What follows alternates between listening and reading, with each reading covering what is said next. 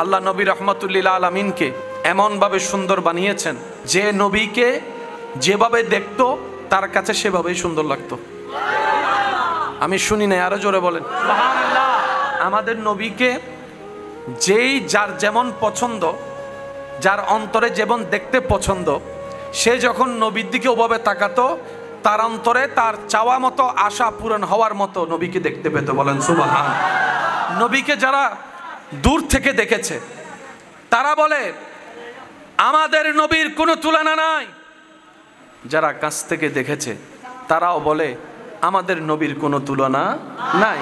যারা বারবার দেখেছে তারাও বলে নবীর কোনো তুলনা নাই। পৃথিবীর মানুষ কতজন তো কত কিছুই স্বপ্ন দেখে, কত কিছুই তো স্বপ্ন দেখে, কত রকমের কিছুই তো স্বপ্ন দেখে। এখনো পর্যন্ত কখনো শুনি নাই কাউকে বলতে আমি ঘুমের ভিতরে আমেরিকা তো যেতে পারবো না, আমেরিকা একটু স্বপ্ন দেখতে চাই, ওয়াশিংটন একটু স্বপ্ন দেখতে চাই, আমি এরকম নিউ ইয়র্ক স্বপ্ন দেখতে চাই। কারো মুখে শোনা হয়নি, কিন্তু আশেকদের মুখে শোনা হয়েছে আমরা আল্লাহ একটু দয়া করো নবীকে যেন একবার স্বপ্ন দেখতে পারি, মদিনা যদি যেতেও না পারি মদিনা যেন একবার স্বপ্নে দেখতে পারি, মদিনা যেন একবার স্বপ্ন দেখতে পারি। নবী রাহমাতুল লিল আলামিন বলে মান রাআনি ফিল মানাম, যে উম্মত আমাকে স্বপ্নের মধ্যে দেখলো সে সত্যিই আমাকে দেখলো, সে সত্যিই আমাকে দেখলো, সে সত্যিই আমাকে দেখলো। আশেকদের হৃদয়ের চাওয়া আল্লাহ জীবনে একবার হলো তোমার নবীকে যেন স্বপ্নে দেখতে পারি, সে তৌফিক দান করো। আর যদি সেটা আমার নসিবে না থাকে অন্তত দুনিয়ার থেকে চিরবিদায় বেলায় যেন মরণের মুহূর্তে তোমার নবীকে দেখতে পারি, সে তৌফিক দান করো সুবহানাল্লাহ। মরণ কালেও যদি আল্লাহ একবার দেখি আমাদের চোখ শীতল হয়ে যাবে, আমাদের মন ঠান্ডা হয়ে যাবে। মওলা এমন সারা শরীরের মৃত্যুর যে কঠিন যন্ত্রণা সেটা পর্যন্ত আশেক ভুলে যাবে যখন আল্লাহর রহমতের দিদার হয়ে যাবে। বলেন সুবহান। প্যার সে কহো সুবহানাল্লাহ। আল্লাহ তাআলা আমাদের নবীকে এমন সুন্দর বানিয়েছেন।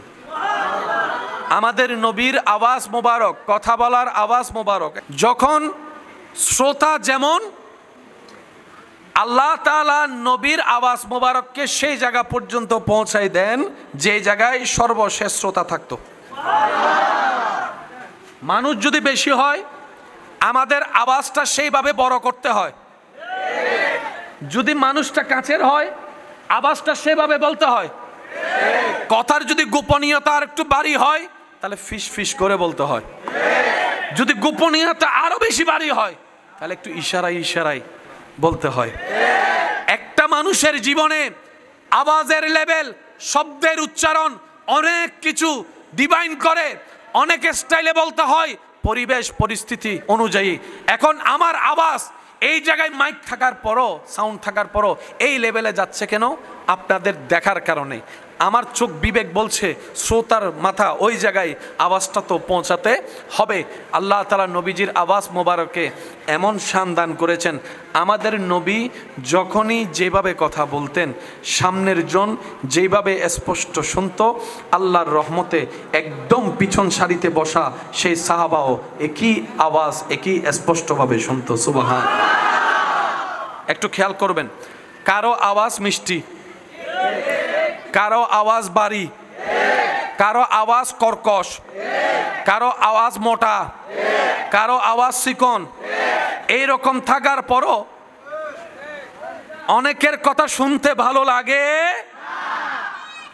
কিন্তু নবীজির রহমাতুল লিল আলামিনের আওয়াজ মোবারক না বেশি মোটা, না বেশি চিকন, না বেশি ভারী, না বেশি হালকা। যার কান যেমন শুনতে পছন্দ করত, নবী কথা বললেই আওয়াজ মোবারকগুলা তার কানে গিয়ে ওইভাবেই প্রেজেন্ট হয়ে যেত। আর একটু মহব্বতের আওয়াজে বলি সুবহান। নবীজির শারীরিক গঠন মোবারক, না অতি লম্বা, না অতি খাটো, না অতি স্বাস্থ্যবান, না অতি চিকন, না না, নবীজির দেহ মোবারককে আল্লাহ তাআলা এমন গঠন দান করেছেন যার চোখ যেমন দেখতে গঠন পছন্দ করত, নবী সামনে আসলে তার নবীকে দেখতে সেরকম মনে হতো। সুবহানাল্লাহ।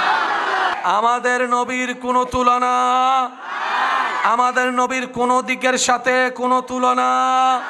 কারণ বানানেওয়ালা তো তুলনা দেওয়ার মতো দ্বিতীয় কাউকে বানাই নাই। কালকে কি হবে কেউ জানি না, একটা আওয়াজ দেন না জানি। কালকে বৃষ্টি হতেও পারে, কালকে আমরা বাঁচতেও পারি, কিছু বিষয় আমাদের ধারণা নাই। কিন্তু বুকের হাত রেখে মুসলিম উম্মাহ বলতে পারবে কিয়ামতের 1 সেকেন্ড আগ পর্যন্ত এই মাটির উপরে আসমানের নিচে আর কোন নবী আসবে না, আর কোন রাসূল আসবে না, আর কোন কিতাব আসবে না, আর কোন নতুন হুকুম আসবে না। আমাদের নবীর মতো চেহারাওয়ালা দ্বিতীয় কেউ আসবে না। আমাদের নবীর আওয়াজ মোবারকের মতো এরকম মিষ্টি আওয়াজ আর আসবে না। আমাদের নবীর চরিত্রের মতো তো সুন্দর চরিত্রওয়ালা আর কেউ আসবে না।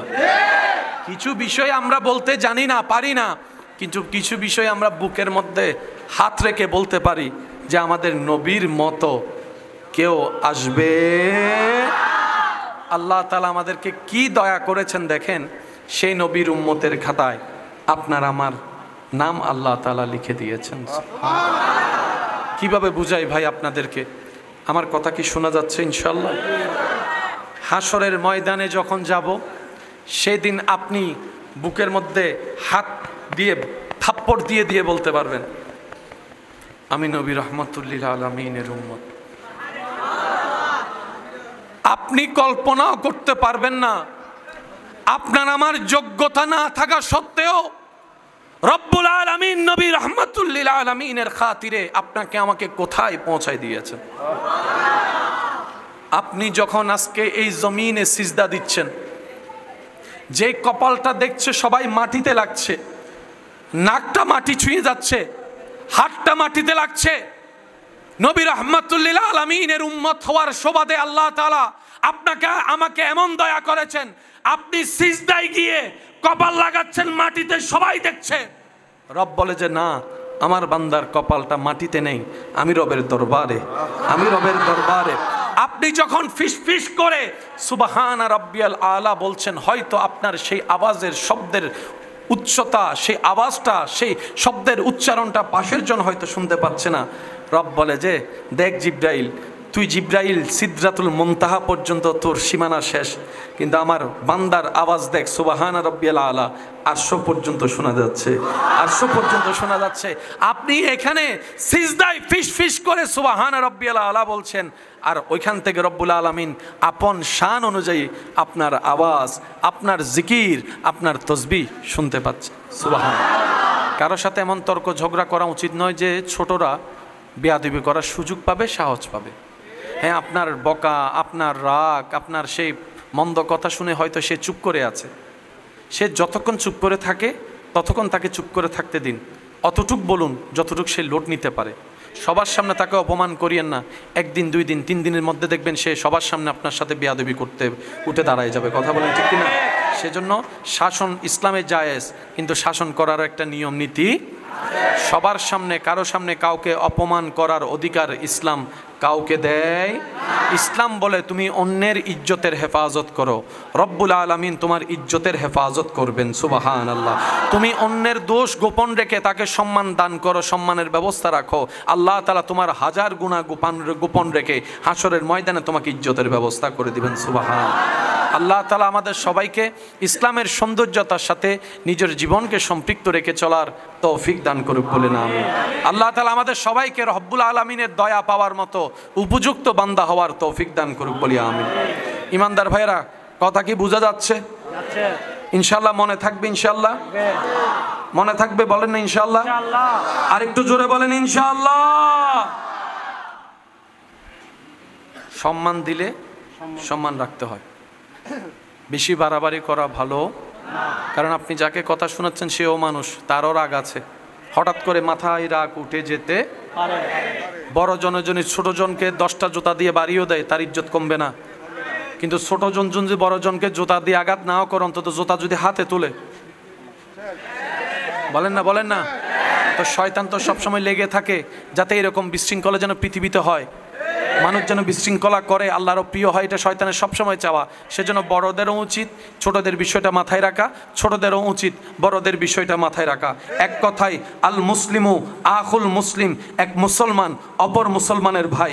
চেহারার পরিচয়ের দরকার নাই, রক্তের সম্পর্কের দরকার নাই, নাই কোনো সম্পর্ক নাই। হতে পারে আমি চিনি না, রাস্তায় হাজার মানুষ, কাকে কে চিনবে, এটাই তো বাস্তবতা। কিন্তু না রে ভাই না, আপনার আমার সম্পর্ক অবশ্যই আছে, আপনার আমার আত্মীয়তার সম্পর্ক অবশ্যই আছে। আমার ভাই প্রশ্ন করে, ভাইয়া কিভাবে সে সম্পর্ক? আমি বললাম, আপনার বাবাও আদম, আমার বাবাও আদম, আপনার মাও হাওয়া, আমার মাও হাওয়া, আমরা সবাই আদম এবং হাওয়ার সন্তান। সুবহান আল্লাহ। সেই পরিবেশে, সেই পরিস্থিতিকে, সেই আপনার পরিচয়কে আরো মজবুত করে দিয়েছেন। আপনিও রবের বান্দা, আমিও রবের বান্দা, আপনিও নবী রাহমাতুল লিল আলামিনের উম্মত, আমিও নবী রাহমাতুল লিল আলামিনের উম্মত।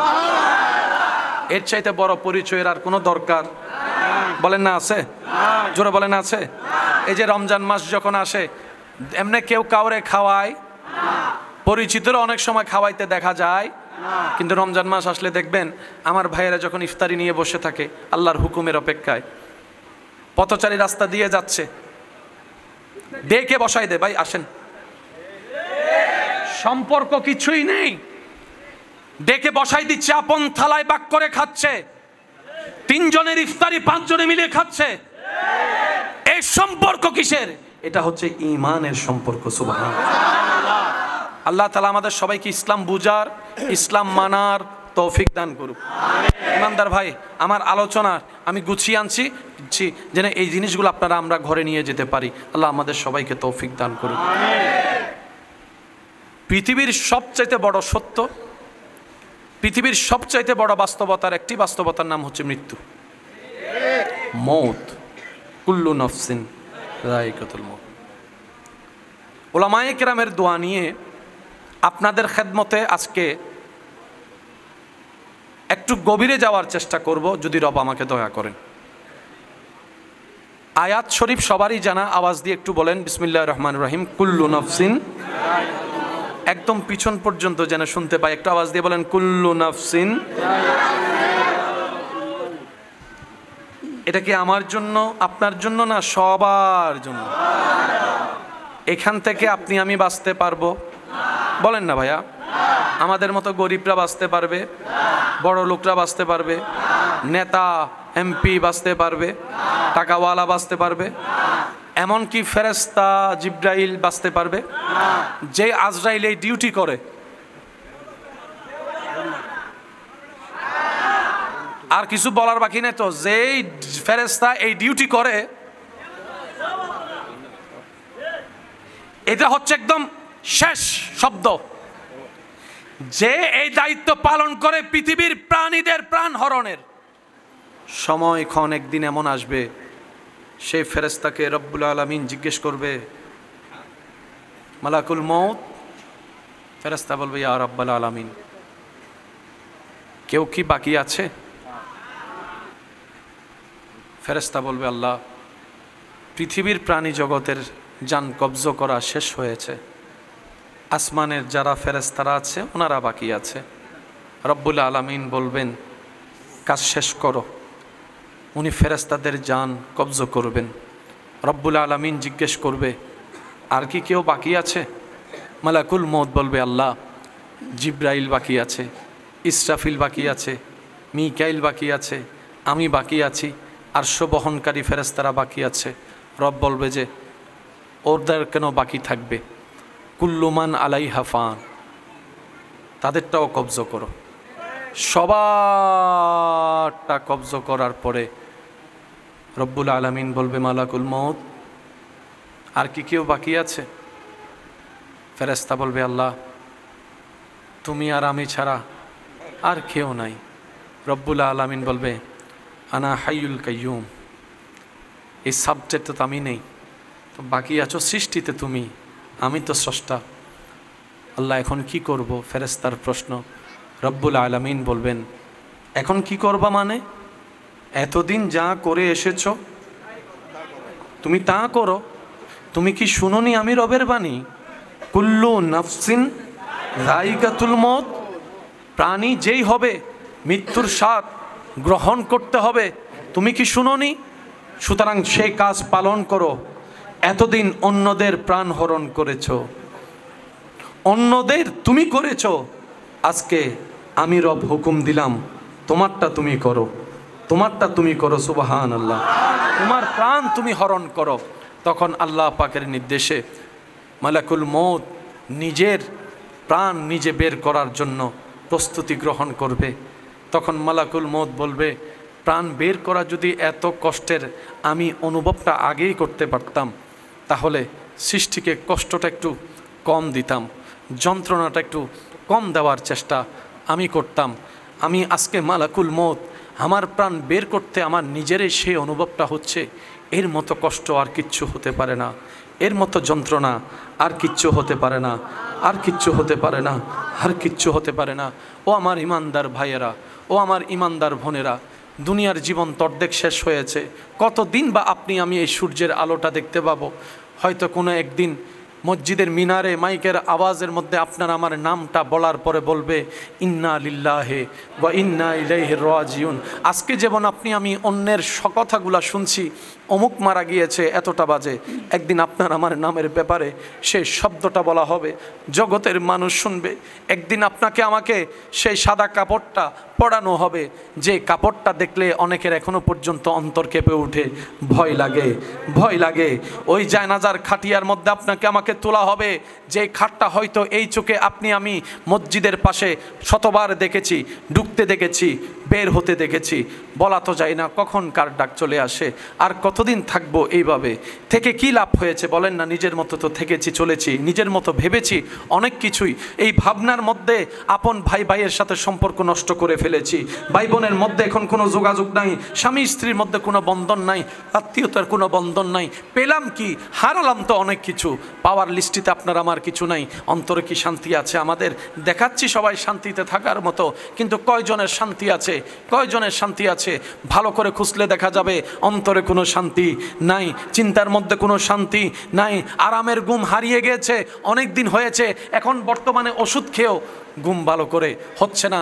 নবী রাহমাতুল্লিল আলামিন বলে, হে আমার উম্মতেরা, মৃত্যুর কথা স্মরণ করো, মৃত্যুর কথা প্রত্যেক দিন স্মরণ করো, মৃত্যুর কথা প্রত্যেক দিন স্মরণ করো। হাদিসকে গবেষণা করে দেখা যায়, মৃত্যু এমন একটা সত্য, এমন একটা বাস্তবতা, যেটা মানুষ হৃদয় দিয়ে স্মরণ করার মতো করতে জানলে হাজার হিংসা, রাগ, অভিযোগ থেকে সে নিজেকে হেফাজত করতে পারে। সুবহান আল্লাহু আকবার।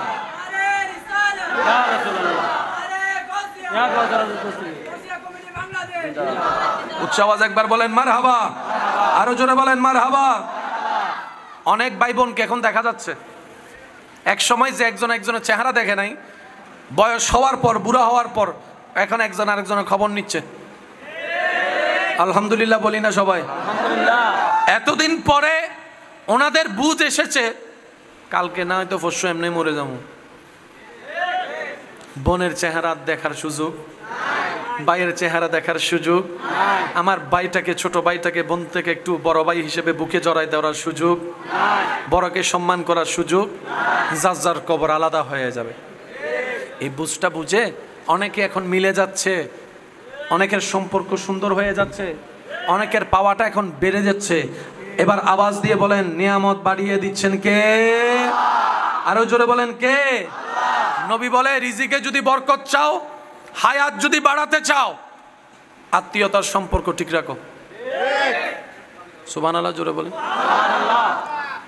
কি? আচ্ছা আচ্ছা, আপনাদের কি কষ্ট হচ্ছে? দেখেন, প্রত্যেকটা কারণের পিছনে একটা কারণ থাকে, ঘটনার পিছনে একটা ঘটনা থাকে। আগের যুগের মানুষ বাঁচত বেশি, এখনের যুগের মানুষ হায়াত পায়। বলেন না, একটা আওয়াজ দিয়ে বলেন। তার অন্যতম কারণ হচ্ছে আমরা আত্মীয়তার সম্পর্ক রাখতে জানি। আমাদের খাওয়ার কোনো ঠিক, আমাদের ঘুমের ঠিক, আমাদের নিয়মের ঠিক, আমাদের চলার ঠিক, আমরা যে কি কি খাই নিজেও জানি না। একটু জোরে বলেন না। সুস্বাস্থ্যকর খাবারের ক্ষেত্রে বাহিরের খাবার স্বাস্থ্যকর না ভিতরের? মানে গড়ের আর কি, বাহিরের না গড়ের? কিন্তু আমরা মজা পাই কোনটা? জোরে বলেন। টাকা দিয়ে খাই কোনটা? যাইয়া খাই কোনটা? মজা পাই সেটা যেটার মধ্যে আছে জামিলা। আর যেটা মা রান্না করে দেয়, বউয়ে রান্না করে দেয়, বোনে রান্না করে দেয়, থ্যাংক ইউ পর্যন্ত আমাদের মুখ দিয়ে আসে না। আর ওখানে খাওয়ার পরে থ্যাংক ইউ বলে আবার টিপসও দেয়, টিপস লও। ঘরের যিনি রান্না করছেন, উনি যে তেল দিয়ে জিনিসটা বাচ্ছেন, উনি ওনার জায়গা থেকে সর্বোচ্চ সতর্ক থেকে রান্না করার চেষ্টা করে। কিন্তু যেখানে আপনি আমি যাইয়া খাচ্ছি, ইবে মহারানা জিয়াতা, সত্যি কথা বলেন না রে ভাই, আমরা জানি এটা কি মরা ছিল নাকি জিয়াতারে আল্লাহর নামে জবে করছে সেটা আমরা কেউ জানি। যে তেলে বাচ্চে সে তেলটা যে কত আগের। বাজিবের সময় গামে ফোড়া দুই ফোড়া, বাস্তব না বাস্তব বলেন না রে ভাই। আপনার ঘরে যিনি রান্না করছেন, উনার গাম আসলো, উনি গামটা পড়তে দিচ্ছে না কেন? আমার ছেলে খাবে, আমার স্বামী খাবে, আমার ভাই খাবে। উনি ওনার জায়গা থেকে বারবার সেফটি নিচ্ছে। হইতে হতে হনাহার আর কি লেলার, আওয়াজ দেন না, আওয়াজ দেন না, আওয়াজ দেন না। আমাদের পছন্দ ওগুলাই, আমরা মজা পাই ওগুলাই। ভালো জিনিস আমাদের পেটে হজম। এবার বলেন দোষ কাদের? এই আওয়াজই না নদের, দোষ কাদের? আরো জোরে বলেন। আমরা চলতেও জানি না, খাইতেও জানি না, থাকতেও জানি না, জানি না, কিচ্ছু জানি না। কিন্তু কেমনে ফিন মারতে হয় সেটা ভালো করে জানি, কেমনে বিয়ে ভাঙতে হয় সেটা ভালো করে জানি, কেমনে বন্ধুত্ব ছুটাইতে হয় সেটা ভালো করে জানি, কিভাবে মানুষকে কষ্ট দিতে হয় সেটা ভালো করে জানি, কিভাবে মানুষের অন্তরে আঘাত দিতে হয় সেটা ভালো করে জানি, কিভাবে সম্পর্ক ছিন্ন করতে হয় সেটা ভালো করে জানি, কিভাবে অপমান করতে হয় সেটা ভালো করে জানি, কিভাবে মানুষের মুখ থেকে হাসি ছিনিয়ে নিয়ে কান্নার জগতে তাকে পাঠিয়ে দিতে হয় সেটা আপনি আমি ভালো করে জানি। কথা বলেন ঠিক কিনা? সেজন্য আমাদের দিয়ে ভালো কিছু হয় না। আরা নিজেরা ফোঁসা আলু, ও আন্নান ফোঁসা আলু যারা আসি তার কেন হসাই আরা কি আলু পিছনে কোনো না হদ হদ দুজন আরা ফোঁসা আলু ন আরা ডাইরেক্ট হদু সাই যারা ফোঁসা আলুই তারা হসে ভাই আরা কি ফোঁসা আলুর জায়গা হনো দিন গরত রান্নাত ইন হাডিয়ে রে কেন করে আর মা বইনক করলি লেগে হাডি আর অন্ডায় দিন নসাই মাথো না বাজি ইতারা হদ দিন হাডি ফেলা শোনা হদ না তেলের ভিতর গেলে চেহারা বেগিন একটু লিয়ে যাব হদ তেলের ভিতর গেলে এদিন আর লাগতো না চেহারা বেগিন একটু লে আর ইতারা কে দিন সাই সাই হান্না গড়া না ইলে করে হাই এন্ডে হাইলে তিলে করে হাই বুঝা ইলে মাথো না উন্দি সাইতে ইন্দি কি ঢুকাই দির ইন হবন নাই আওয়াজ দিয়ে বলেন ঠিক কিনা? কি অদ্ভুত আমরা জানেন, মার্কেটের জগতে খরচ করতে গেলে 10,000 20,000 30,000 টাকা এটা কেমন যেন গায়েও লাগে না, কিন্তু আল্লাহ রাস্তায় যদি কোন একটা 10 টাকা 20 টাকা 100 টাকা এটা কেমন যেন একটা অনেক বড় লাগে। কোন নিজের পছন্দের মার্কেটের বাহিরের কাজে ঘন্টা 2 ঘন্টা 3 ঘন্টা 4 ঘন্টা হলো জানা অনেক তাড়াতাড়ি চলে আসছি। আর মসজিদে যদি ইমাম সাহেব একটু 5 মিনিট লেট করে, জুমার দিন দেখবেন অনেকে এইভাবে চাই, অনেকে এইভাবে চাই, অনেকে আবার অনেকে কি দুর্ভাগ্য আমাদের, যিনি সময় দিয়েছেন আমাদের জন্য ওনাকে সময় দিতে আমরা সময় কি বিবেচনা করছি। আমাদের দুর্ভাগ্য কোন জায়গায় গিয়ে পৌঁছাচ্ছে, যিনি সময় দাতা ওনার জন্য সময় হিসাব করে দিচ্ছি। আল্লাহ তাআলা আমাদেরকে একটু বুঝে চলার তৌফিক দান করুন, নিজের ভালো বুঝার তৌফিক দান করুন, নিজের পরকালকে সাজিয়ে দুনিয়াকে ইজ্জতওয়ালা বানানোর তৌফিক দান করুন, নিজের হৃদয়ের মধ্যে শান্তি আনার মতো আল্লাহ তাআলা আপনাকে আমাকে পরিশ্রম করার তৌফিক দান করুক। চিৎকার দিয়ে বলেন আমিন। আজরাইল নিজের জান নিজে কবজা করে ফেলবে, এখন আর কেউ, একটা আওয়াজ দিতে হবে, শেষ ভালো যার সব ভালো তার, এখন আর কেউ ডানে বামে উপরে নিচে আল্লাহ ছাড়া আর কেউ। এবার রব্বুল আলামিন ডাক দিবে, পৃথিবীর বাদশারা কোথায়? সুবহানাল্লাহ বলি, কুল্লু মান আলাইহা ফান, সব শেষ, সব শেষ, সব শেষ। কই পৃথিবীর বাদশারা? যাদের অহংকারে পা মাটিতে পড়ে নাই, যাদের অহংকারে পা মাটিতে পড়ে নাই, কই তোমরা? যারা পোশাকের বাহাদুরি নিয়ে গরিবদেরকে পাশে বসতে দাও নাই, কোথায় তোমরা?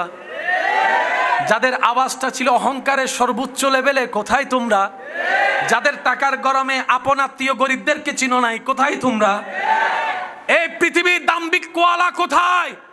অহংকারীরা কোথায়? প্রভাবশালীরা কোথায়? দেখো দেখো দেখো, আজকে আমি আল্লাহ ছাড়া কিচ্ছু নাই, কেউ নাই, কেউ নাই, কেউ নাই। রব্বুল আলামিন বলবেন আনাল মালিক, আজকে আমি মালিক। আমি শুনি না, আরো জোরে বলেন। আজকে কোনো মালিক নাই, আজকে আসল মালিক আনাল মালিক, আনাল মালিক, আনাল মালিক। রব্বুল আলামিন কুদরতি শান অনুযায়ী আওয়াজ দিতে থাকবেন। সৃষ্টিতে কিচ্ছু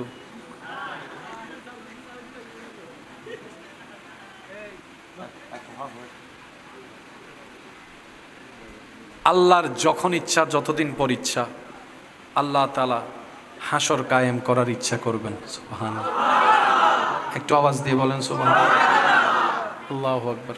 আমি চাইবো আপনারা দিলের কানটা দিয়ে একটু শ্রবণ করার চেষ্টা করবেন। একটু একটু শেষ ভালো যার বলেন না, শেষ ভালো যার। আল্লাহ তাআলা আপন কুদরতি নিয়ম অনুযায়ী ইসরাফিল ফেরেশতাকে বানাবেন, নতুনভাবে জান দিবেন, প্রাণ দিবেন, যাকে যাকে ইচ্ছা দিবেন। এবার হাসর কায়েম হয়ে যাবে। বিচারক আছে না নাই? এবার আমাদের মতো আসামিরও দরকার, আবার আসামি গার্ড দেওয়ার জন্য সিকিউরিটি পুলিশের ফেরেশতার দরকার। এবার আল্লাহ তাআলা শান অনুযায়ী সবাইকে তোলার জন্য ব্যবস্থা নেবেন। আল্লাহ জিব্রাইলকে বলবে, জিব্রাইল, হাসরের ময়দান হিসাব নিকাশের সময় শুরু হবে। ইয়া রব, এখন আমার করণীয়? বলে যে যাও, আমার রহমাতুল লিল আলামিন নবীকে নিয়ে আসো, হাসরের সভাপতিকে নিয়ে আসো। শুনি নাই, শুনি নাই, আরো জোরে বলেন না। হাসরের মাকামে মাহমুদে যিনি বসবেন, আমার হাবিব, আমার রহমাতুল লিল আলামিন, আমার রাহাতাল আশিকিন, আমার ইয়াসিন, আমার মুদ্দাসির, আমার মুজাম্মিল, আমার আলামিন, আমার আহমদ, আমার মোহাম্মদ সাল্লাল্লাহু আলাইহি ওয়াসাল্লামকে সসম্মানে ভিআইপি প্রোটোকল দিয়ে আমার নবীকে নিয়ে আসো, আমার নবীকে নিয়ে আসো। জিব্রাইল ফেরেশতা বলবে, আল্লাহ, এত বিশাল জায়গার ভিতরে তোমার নবীর রওজা কোথায় আমি চিনব কিভাবে? সুবহানাল্লাহ। এখন চিনার মতো উপায় আছে না নাই? তো কিছুই যদি না থাকে আমি চিনব কিভাবে? আল্লাহ পাক বলবে, জিব্রাইল, তুমি যেতে থাকো, তুমি তালাশ করতে থাকো, তুমি খুঁজতে থাকো, আমি আল্লাহ তোমাকে সহজ করে দিচ্ছি, তুমি নিজেই খুঁজে পাবা। আমার হাবিব যেখানে আছে সেখান থেকে আলো বের হবে, আলো বের হবে, খুঁজতে থাকো। এবার জিব্রাইল যাবে, সে আল্লাহর দিক নির্দেশানো পথের মধ্যে, জায়গার মধ্যে গিয়ে জিব্রাইল দাঁড়ায় প্রথমে নবীজির রওজা পাকের সামনে দাঁড়ায় বলবে, আসসালাতু ওয়াসসালামু আলাইকা সাইয়্যিদি ইয়া রাসূলুল্লাহ। আওয়াজ দিয়ে বলেন, আসসালাতু ওয়াসসালামু আলাইকা সাইয়্যিদি ইয়া রাসূলুল্লাহ, আসসালাতু ওয়াসসালামু আলাইকা সাইয়্যিদি ইয়া হাবিবাল্লাহ। জিব্রাইল যখন সালাম দিবেন, নবীজির রওজা মুবারকের পর্দা সরে যাবে। আপনার আমার নবী,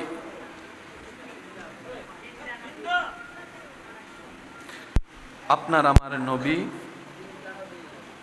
আল্লাহর হুকুমে রওজায়ে পাক থেকে সর্বপ্রথম হাসরে উঠবেন।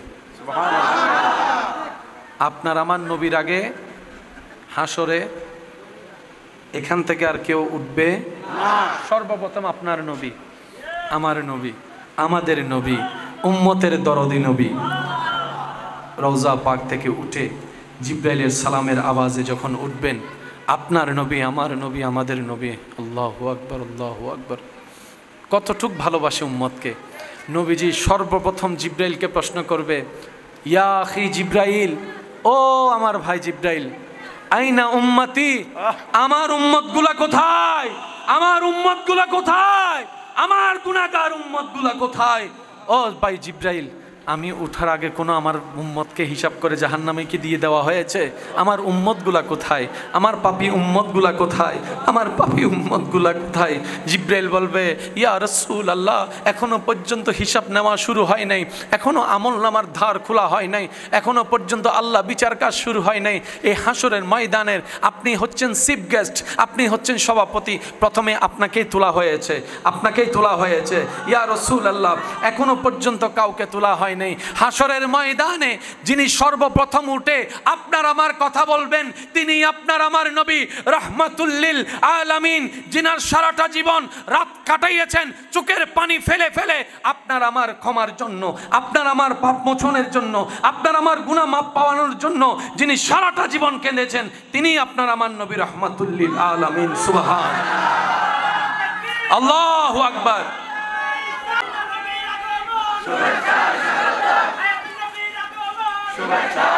কারে লাগিয়া কান্দরে মন, কারে লাগিয়া বান্দ, কারে লাগিয়া কান্দরে মন, কারে লাগিয়া, কেউ তো তোমার আপন হবে না, না না, যে জন হবে আপনা সেই তো মদিনা। কথা বলেন ঠিক কিনা? নবীর উম্মতের আওয়াজ আর একটু বড় করে বলেন ঠিক কিনা? সবাই মিলে কি আওয়াজে? কারে লাগিয়া কান্দরে মন বান্দ, কারে লাগিয়া কান্দরে মন, কেউ তো তোমার আপন হবে না, না না, যে জন হবে আপনা না, যে জন হবে আপনা। উচ্চ আওয়াজ একবার বলেন মারহাবা। নবীজি আসবেন, এবার আস্তে আস্তে উঠা শুরু। আমরা উঠা, শরীরে কোনো কাপড় থাকবে না, শরীরে কোনো কাপড়। ভয়ানক পরিস্থিতি এমন হবে যেটা কল্পনা করারও বাইরে, যেটা কল্পনার লেভেল, যেটা সেই লেভেলটার অনেক উপরে থাকবে এই ভয়ানক পরিস্থিতি। সব নবী তো আসবেন, সব নবীর উম্মতরাও আসবে। দুনিয়ার হিসাবে আমরা যদি কিয়ামত পর্যন্ত কবরে থাকি 1000 বছর, আদম নবীর উম্মত তো কিয়ামত পর্যন্ত হবে 1 কোটি বছর। তো হাসরের ময়দানে হিসাবের ক্ষেত্রে যেহেতু দুনিয়াতে ওনারা আগে এসেছেন, ওনাদের হিসাবটা আগে নেওয়াই উচিত, এটাই লিগেলি কথা, এটাই যুক্তি বলে। কিন্তু হাসরের ময়দান যখন কায়েম হবে, আল্লাহর সমস্ত নবীর সমস্ত উম্মতরা যখন থাকবে মাঠে, আল্লাহ তাআলা জিব্রাইলকে বলবে, জিব্রাইল, বিচারক প্রস্তুত, কার্যালয়ও প্রস্তুত, বিচারের জায়গাও প্রস্তুত, এবার আসামি দরকার, আসামি নিয়ে আসো। জিব্রাইল বলবে, আল্লাহ, আসামির তো অনেকগুলো গ্রুপ আছে, আদম নবীর লাইন আলাদা, মুসা নবীর লাইনটা আলাদা, ঈসা নবীর লাইনটা আলাদা, দাউদ নবীর লাইনটা আলাদা। আল্লাহ গো, তোমার হাবিবের নবী উম্মতের লাইনটা আলাদা, আল্লাহ কোন গ্রুপ থেকে আসামি আনবো? রব্বুল আলামিন বলবে, আমার হাবিবের উম্মত যেগুলো আছে তাদেরকে আগে নিয়ে আসো, তাদেরকে আগে নিয়ে আসো, তাদেরকে আগে নিয়ে আসো। হাসরের এই কঠিন পরিস্থিতিতে তারা সহ্য করতে পারছে না, বেশি কষ্ট হচ্ছে, তাদেরগুলো আগে নিয়ে আসো। আমার হাবিবের উম্মতগুলাকে আগে নিয়ে আসো। আদম নবীর উম্মত বলবে, জিব্রাইল, সারা জীবন শুনেছি first is first, last is last, বড় তো বড়ই হয়, ছোট তো ছোটই হয়, আমরা বড় উম্মতের ভিতরে, আমাদের হিসাবটা আগে শেষ করা হোক। কাকে নিয়ে যাচ্ছ? সে কে? জিব্রাইল বলবে, আজকে চুপ থাকো, আওয়াজ করিও না, যদিও সে সবার শেষে গিয়েছে, কিন্তু ও হচ্ছে ভিআইপি নবীর ভিআইপি উম্মত। আল্লাহু আকবার।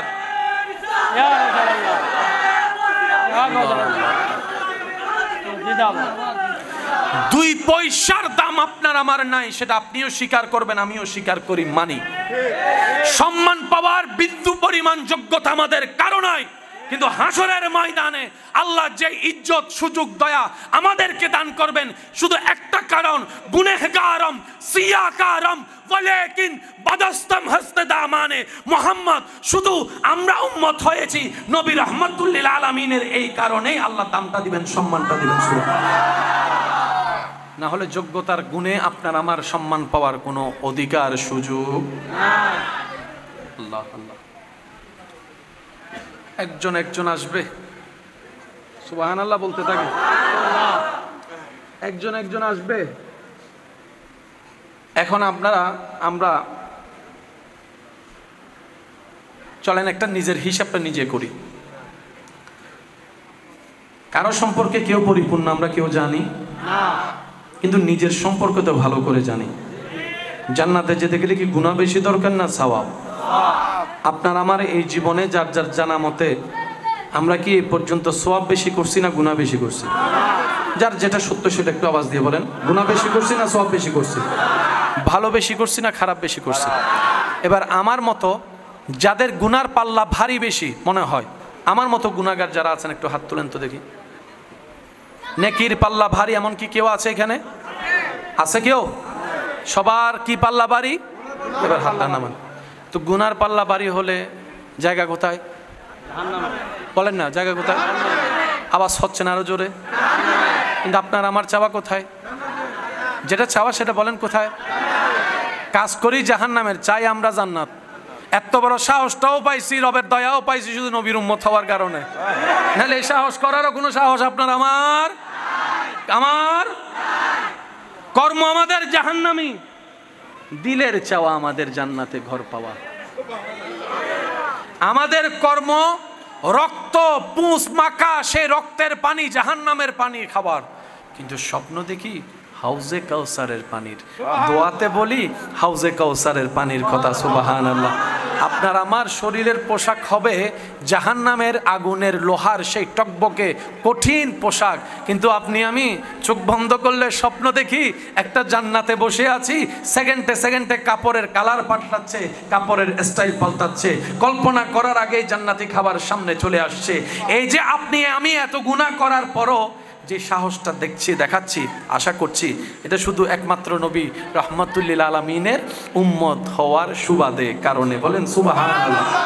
এবার আওয়াজ দিয়ে বলেন, আমাদের কর্ম কি জান্নাতের দিকে না জাহান্নামের দিকে? আমরা আশা করি কি পাবো? বলেন, আমরা আশা করি কি পাবো? কর্ম বলে জাহান্নাম, আশা করি জান্নাত। ফেস লাগছে কি লাগে নাই?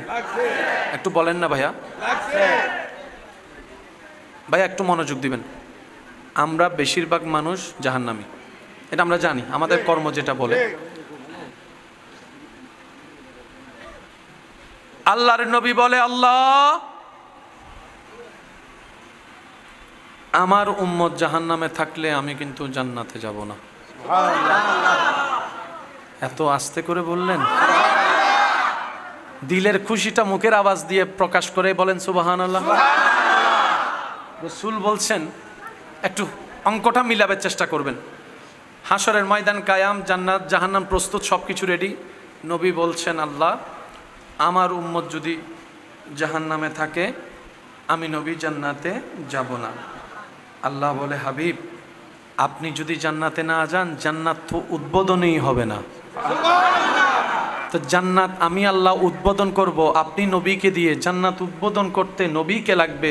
নবী বলে যে আল্লাহ আমি উম্মত ছাড়া জাহান্নামের রেখে জান্নাতে আমি যাব না, আমার জান্নাতে যেতে গেলে আমার উম্মত লাগবে, আমার উম্মত লাগবে। তো উম্মত তো নিজেই জানে জান্নাত পাওয়ার যোগ্যতা আমাদের কারো নাই, জান্নাতের ঘ্রাণ পাওয়ার কোনো যোগ্যতা আমাদের নাই। সেজন্য আল্লাহ তাআলা হাসরের ময়দানে দয়াকে উন্মুক্ত করে দিবেন, রহমানিয়তকে উন্মুক্ত করে দিবেন, রাহিমিয়তকে উন্মুক্ত করে দিবেন। সারা সৃষ্টিতে আল্লাহর 99 ভাগে 100 ভাগের 1 ভাগ রহমত আল্লাহ নাজিল করেছেন, আর 99 ভাগ রহমত নিজের কাছে রেখে দিয়েছেন শুধুমাত্র হাসরে দয়াকে উন্মুক্ত করে বিশ্বব্যাপী জাহান্নামীকেও জান্নাতের রাস্তা দেখাই দেওয়ার জন্য। তবে শর্ত একটা, বিন্দু পরিমাণ হলো ঈমান থাকতে হবে। এই শর্তে কোনো মাফ নাই। বলেন না, এই শর্তে কোনো মাফ নাই। ঈমানটা থাকতে হবে। ঈমানের আলোটা কিছুটা হলো হৃদয়ে জ্বলতে হবে। রব বলে যে যদি থাকে হৃদয়ে ঈমানের আলো, আমি রব তোকে হিকমত দিয়ে জাহান্নামী থেকে জান্নাতি বানাই।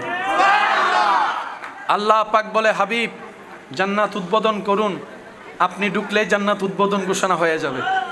নবী বলে, আল্লাহ আমার উম্মত জাহান্নামে, আমার উম্মত জাহান্নামে, আমি জাহান্নামী উম্মতকে রেখে আমি তো জান্নাতে যেতে পারি না। আল্লাহ আল্লাহ আমি তো জান্নাতে যেতে পারি না, নিজের কাছেও তো ভালো লাগছে না। আমি তো সারা জীবন ছেলে মেয়ে মেয়ে করি নাই, আমি তো সারা জীবন উম্মতি উম্মতি উম্মতি উম্মতি উম্মতি বলে কাটিয়ে দিয়েছি। আল্লাহ আল্লাহ আমি তো উম্মতের দরদি নবী, আমার উম্মতের তামি ছাড়া আর তো কেউ নাই। আল্লাহ গো একটু দয়া করো না, তুমি একটু দয়া করো না। তুমি না বলেছো ওয়ালা সৌফা ইউতিকা রব্বুকা ফাতারদা, তুমিই তো বলেছো ইন্না আতাইনা কাল কাউসার, বলেন না সুবহানাল্লাহ। হাবিব ও আল্লাহ আপনি একটু দয়া করেন। রব্বুল আলামিন বলে হাবিব আপনি সুপারিশ করতে থাকেন, আমি জাহান্নামীকে জান্নাতি বানাতে থাকি। সুবহানাল্লাহ।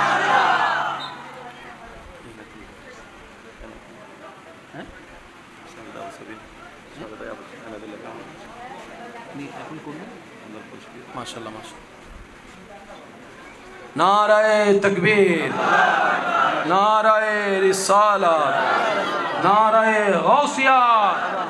প্রধান বক্তার আগমন, প্রধান বক্তার আগমন। একটু রাস্তা করে দেন, রাস্তা করে দেন। আল্লাহুম্মা সাল্লি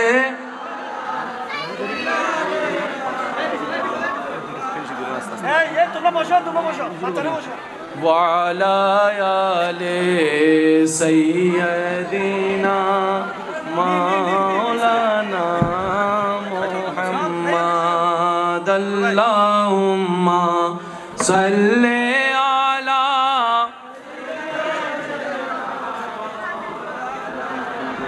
ওকে ওস্তাদ সাদা সাহেব।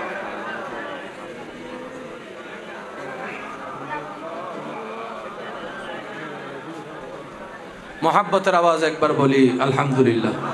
हस्बी रब्बी जल्लल्लाह मा फी क़ल्बी गैरुल्लाह नूर मुहम्मद सल्लल्लाह ला इलाहा इल्लल्लाह। हस्बी रब्बी जल्लल्लाह मा फी